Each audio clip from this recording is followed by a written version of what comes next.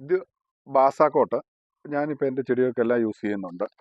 നമുക്ക് എന്നാന്ന് വെച്ചാൽ എല്ലാ ആഴ്ചയിലും വളമിടേണ്ട കാര്യമില്ല. ഇട്ട് കഴിഞ്ഞാൽ ഒരു 6 മാസത്തേന് സ്ലോ ആയിട്ട് വളം കിട്ടിക്കൊണ്ടിരിക്കും.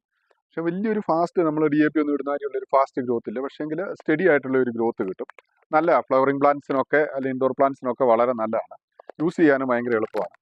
നമ്മളിപ്പോൾ ഒരു ശരിക്കും പറഞ്ഞാൽ ഈ ചട്ടിയുടെ ഒരു സൈഡിൽ ഇതുപോലെ വലിയ ചട്ടിയാണെങ്കിൽ 1-2 ഇടത്ത് കുഴി കുത്തിയിട്ട് ഇതുപോലെ ഒരു കുറച്ചിട്ട് കൊടുക്കുക, മൂടിക്കൊടുക്കുക. അപ്പോൾ ഇൻഡോർ പ്ലാന്റ്സിനൊക്കെ നമുക്കിത് ഏറ്റവും നല്ലൊരു റിസൾട്ട് കിട്ടുന്ന ഒരു സംഭവമാണ്. ഒരു പ്രാവശ്യം ചെയ്ത് കഴിഞ്ഞാൽ പിന്നെ കുറേ നാളത്തേന് ഇതിൻ്റെ പുറകെ കൂടെ നമ്മൾ വളം ഇട്ടുകൊണ്ട് നടക്കണ്ട.